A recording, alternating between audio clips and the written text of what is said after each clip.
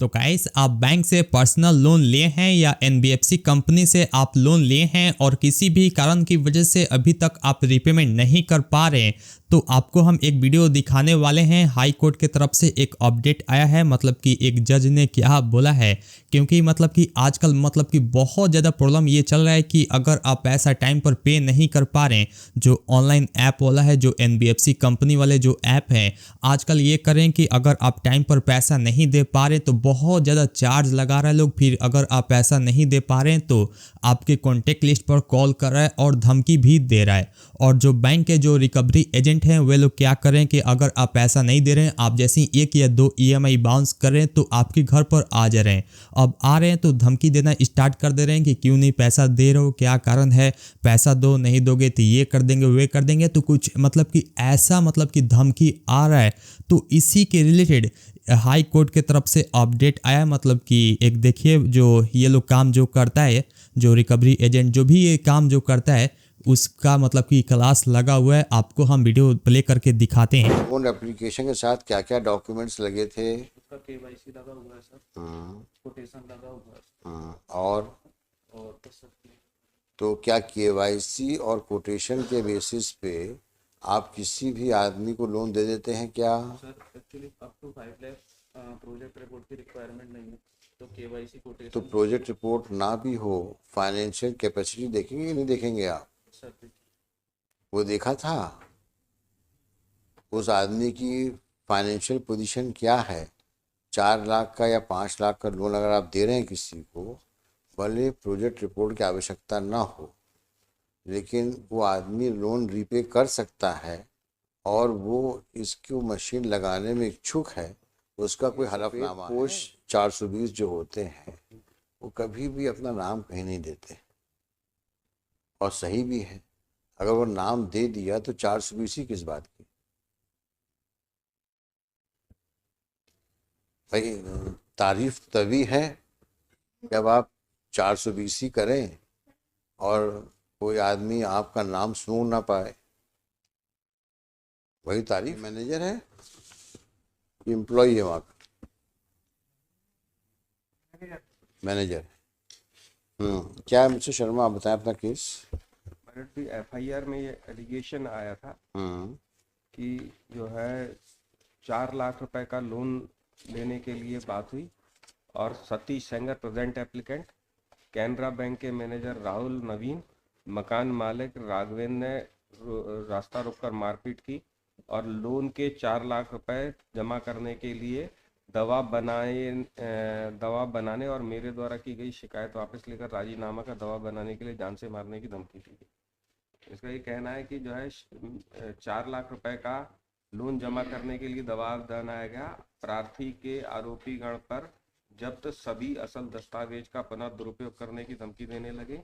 आरोपी गण को रास्ते पे जान से मारने की धमकी देने लगे।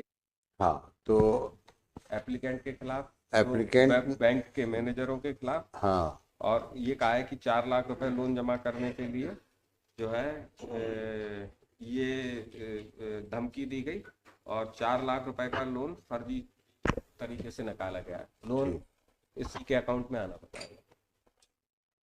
हाँ, सरकारी वकील साहब बताएं आप। ये डॉक्यूमेंट लेने के बाद बैंक से लोन पास कराते हैं, उसके बाद उसको अपने खाते में ट्रांसफ़र करा देते हैं, जिसमें कि भगवती ट्रेडर्स वगैरह की कोटेशन बना के देते हैं और इनकी लगातार क्रिमिनल हिस्ट्री है। सेम नेचर के इनके और भी ऑफेंस हैं। कितने ऑफेंसेस हैं? ये और इनके पिताजी दोनों ये काम करते हैं। अच्छा।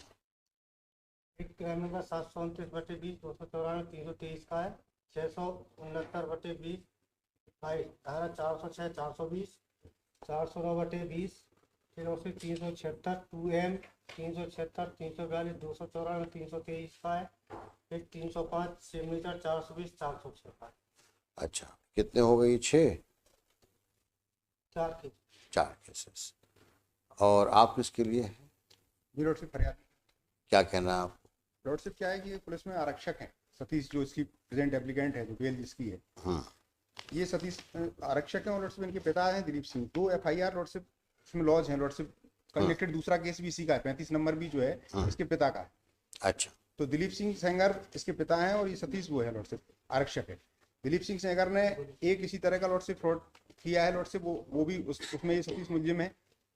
और उसकी सतीश में उस केस में लॉर्डशिप जो है कोऑर्डिनेट बेंच में उसकी 438 जो है विड्रॉ हो चुकी है लॉर्डशिप जी। इसी आधार पर कि 669 प्रकरण क्रमांक जो है इनके खिलाफ और पंजीबद्ध है और ये इसी तरह के हैबिचुअल हैं।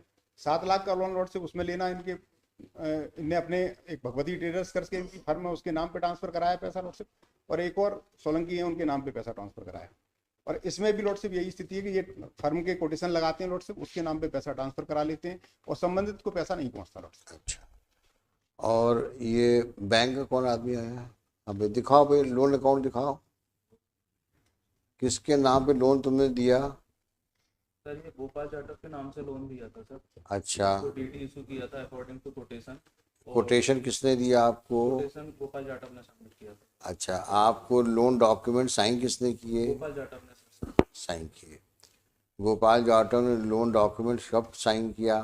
सर ये 9 दिसंबर 2020। अच्छा, उसके बाद लोन सैंक्शन किया आपने? हुआ सर, उसको कोटेशन दिया। एक मिनट, सवाल जितना पूछो तो जवाब दो, जल्दी में हो तो दिक्कत में पड़ जाओगे।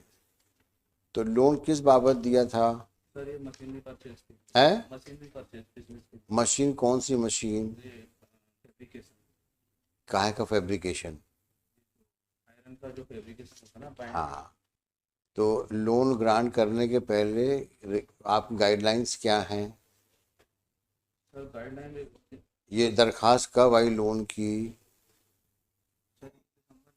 है? दिसंबर में आई है। दिसंबर 2020 में आई। उसके लोन एप्लीकेशन के साथ क्या क्या डॉक्यूमेंट्स लगे थे? उसका केवाईसी लगा हुआ है सर, कोटेशन लगा हुआ है और तो सर तो क्या केवाईसी और कोटेशन के बेसिस पे आप किसी भी आदमी को लोन दे देते हैं क्या? Sir actually up to 5 lakh project report की रिक्वायरमेंट नहीं है, तो केवाईसी तो कोटेशन। प्रोजेक्ट रिपोर्ट ना भी हो, फाइनेंशियल कैपेसिटी देखेंगे कि नहीं देखेंगे आप? सर वो देखा था उस आदमी की फाइनेंशियल पोजीशन क्या है। 4 लाख का या 5 लाख का लोन अगर आप दे रहे हैं किसी को, भले प्रोजेक्ट रिपोर्ट की आवश्यकता ना हो, लेकिन वो आदमी लोन रीपे कर सकता है और वो इसको मशीन लगाने में इच्छुक है, उसका कोई हलफनामा है? सर वो एग्जिस्टिंग बिजनेस था। किसका बिजनेस था? गोपाल जाटव का। वो एग्जिस्टिंग बिजनेस का प्रमाण क्या है? किसका? गोपाल जाटव का। किस तारीख का है? उसका रजिस्ट्रेशन ये 2020 का रजिस्ट्रेशन, कब का है ना? 27/8/2020 का जारी किया। तो आपने किसने जारी किया इसको? सर ये नगर निगम से जारी होता है। तो नगर निगम को वेरीफाई किया आपने डॉक्यूमेंट को? सर जी सर, पुराना रिकॉर्ड लगा हुआ है, तो प्रीवियस मैनेजर ने वेरीफाई का सील लगा। हाँ, तो वेरीफाई किससे किया आपने? ओरिजिनल बुलवाया क्या?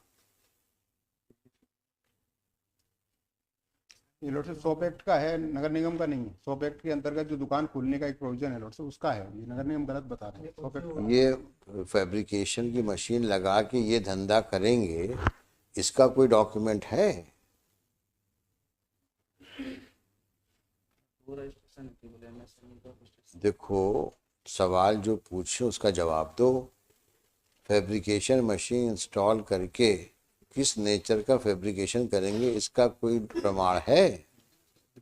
तो जो शॉप एस्टैब्लिशमेंट एक्ट की दुकान खोलने की बात है, उसका तो कोई औचित्य नहीं है।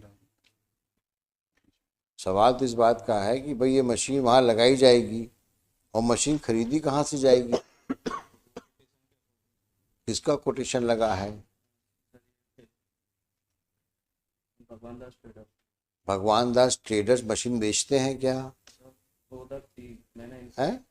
वो उसका जीएसटी नंबर और फर्म लाइव थी, वो भी बंद हो गई। नहीं, मैं जानना चाहूँगा कि 20 अक्टूबर की बात, दिसंबर 2021-20 में ये फर्म क्या किस बिजनेस में एंगेज थी? फैब्रिकेशन रिलेटेड मशीनरी सप्लाई किया है। तो उसका प्रमाण कोई है? तो जीएसटी ऑनलाइन करने भर से तो काम नहीं चलेगा ना। लेकिन ये फर्म फैब्रिकेटिंग मशीन्स की मैन्युफैक्चरिंग में इन्वॉल्व है, इसका कोई प्रमाण है? कोई प्रमाण नहीं है।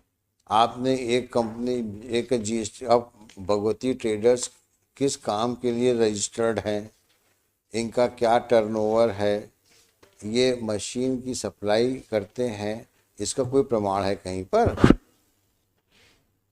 और जब आप लोन देते हैं तो वो पैसा तो जिस मशीन का कोटेशन आता है उसको पेमेंट होता है ना, थ्रू डीडी है? डीडी के थ्रू भगवान दास ट्रेडर को ही पेमेंट किया था।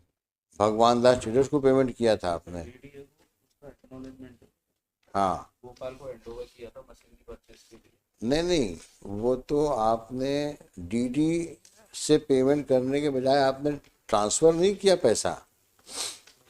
अच्छा, इसमें क्या ये भगवान दास को ट्रेडर्स को पार्टी बनाया, एक्यूज बनाया है, नहीं बनाया है? तो फर्जी है, नहीं बनाया लॉर्डशिप, ना तो इनको बैंक वालों को बनाया एक्यूज लॉर्डशिप उसमें, ना भगवान दास को बनाया लॉर्डशिप, जबकि ये है कि इनको पता है कि भगवान दास ट्रेडर्स के नाम से कोई फर्म नहीं लॉर्डशिप। ये जीएसटी का नंबर जो बता रहे हैं वो बंद हो चुकी है फर्म, अभी ये कंफर्म कर रहे हैं कि बंद हो चुकी है। कब बंद हुई है वो फर्म? उसने भरा ही नहीं, शुरुआती दौर में लिया लॉर्डशिप कोई नंबर और फर्जी करके ये इसका एफिडेविट भी लगाया। कब बंद किया? सतीश सेंगर का लॉर्डशिप इसमें एफिडेविट भी लगाया केस डायरी में कि मैंने ये लोन इसको निकलवाया था और ये इस तरीके से पैसा दे दूंगा इसको, ये एफिडेविट लगाया सतीश। 3 महीने के अंदर पैसा जमा करने का। सतीश सेंगर कौन हुए? ये जो प्रेजेंट एप्लीकेंट है हाँ, उसका एफिडेविट लगाया केस डायरी में। किसमें? ये अपना केस डायरी में उसने जब इस पर दबाव बना था तो एसपी वगैरह की शिकायत हुई थी, तब इसने एफिडेविट दिया है कि यह कि मुझ शपथ करता है एक मुद्रा लोन गोपाल जाटव पुत्र श्री गणेश राम जाटव निवासी श्रीनगर कॉलोनी मुराद ग्वालियर के दस्तावेजों से मेरे द्वारा 4 लाख रुपए का लोन लिया था, जिसका लोन अकाउंट नंबर सो है, जिसका संपूर्ण भुगतान मुझ शपथकर्ता के द्वारा आज दिनांक से 30 माह के अंदर मैं ब्याज सहित जमा किया जाएगा। यदि मुझ शपथकर्ता के द्वारा मुद्रा लोन की राशि 4 लाख रुपए मैं ब्याज के भविष्य में जमा नहीं की जाती तो गोपाल जाटव को अधिकार होगा कि वह मुझ शपथकर्ता व अन्य आरोपीगण के विरुद्ध कानूनी कार्रवाई कर एफआईआर दर्ज कराने के लिए बाध्य होगा, जिसमें मुझ शपथकर्ता को कोई आपत्ति नहीं होगी। ये लोन सैंक्शन किस मैनेजर ने किया है? कहाँ है वो? गुजरात में सर, पाटन।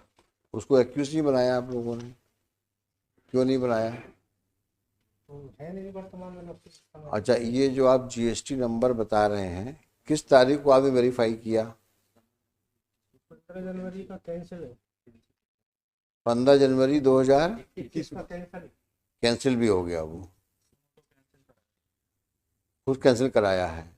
तो मतलब आपने ना तो उस कंपनी की जांच करी, बस जीएसटी नंबर लिखा आपने और देख लिया। इसी में पूछ रहा हूँ आपसे, 4 लाख रुपए पेमेंट करने के लिए आपने भगवती के नाम पे तो दे दिया ड्राफ्ट, लेकिन भगवती इस नाम से मशीनें बनाते हैं, इसका तो प्रमाण कहीं नहीं है ना आपके पास में है? तो इसको एक्यूज बनाओ भाई, पहले इसको हम पेंडिंग रखेंगे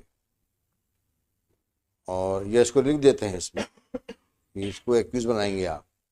मिस्टर शर्मा, आप कुछ कहना है? नहीं, आपको बेल के लिए और कुछ बहस करनी है? प्रेजेंट एप्लीकेंट के पास कहीं से भी आया, तो मतलब उन्होंने लोन सैंक्शन किया गोपाल के लिए इन्होंने ड्राफ्ट हैंडओवर किया। इनके मुताबिक गोपाल के जो ड्राफ्ट हैंडओवर किया गया वो किसी भगवती फर्म के नाम से हैंडओवर किया गया। उस भगवती का और प्रेजेंट एप्लीकेंट का कोई भी नेक्सस था तो उसका जो ड्राफ्ट दिया गया होगा उस ड्राफ्ट पे उस अकाउंट में जमा हुआ होगा, उसके वो अकाउंट किसके नाम से था, उस अकाउंट का ऑर्डर ये फर्म भगवती है उसका प्रोपराइटर कौन था, उस प्रोपराइटर का मुझसे क्या लेना देना था, या उस प्रोपराइटर के अकाउंट से कोई राशि मेरे अकाउंट में आई गई हो, ऐसी कोई भी मैटर इनोसेंट है। वो अच्छा, बैंक के मैनेजर साहब ये बताओ कि इस आदमी का कहीं सिग्नेचर है? इसको डीडी हैंडओवर किया था, उसका एक्नॉलेजमेंट। किसको? गोपाल नहीं, गोपाल नहीं, सतीश सेंगर को। ये तो साफ सुथरा इंसान, शरीफ आदमी है, नहीं लगा हुआ है। अपने हाथ में कुछ नहीं है। इसकी जो कनेक्टेड केस है 35 नंबर, भाई ये सफ़ेद पोश 420 जो होते हैं वो कभी भी अपना नाम कहीं नहीं देते, और सही भी है। अगर वो नाम दे दिया तो 420 ही किस बात की? भाई तारीफ तभी है जब आप 420 करें और कोई आदमी आपका नाम सुन ना पाए, वही तारीफ है। आप इनके मैनेजर को आप एक्यूज बनाइए, उनसे तहकीकात करिए, ऐसे 5 लाख के कितने लोन इन लोगों ने पब्लिक फंड के कितनों को दे दिए होंगे। ये तो कुछ केसेस हैं जिसमें कि मसला हाई कोर्ट तक पहुंच गया है बेल को लिखते हुए, या FIR लॉन्च हो गई है। possibility of crores of public money being siphoned off in collusion of the bank with these kind of persons who manipulate documents, procure loan in fictitious names, and then transfer them. You should take it on a serious note.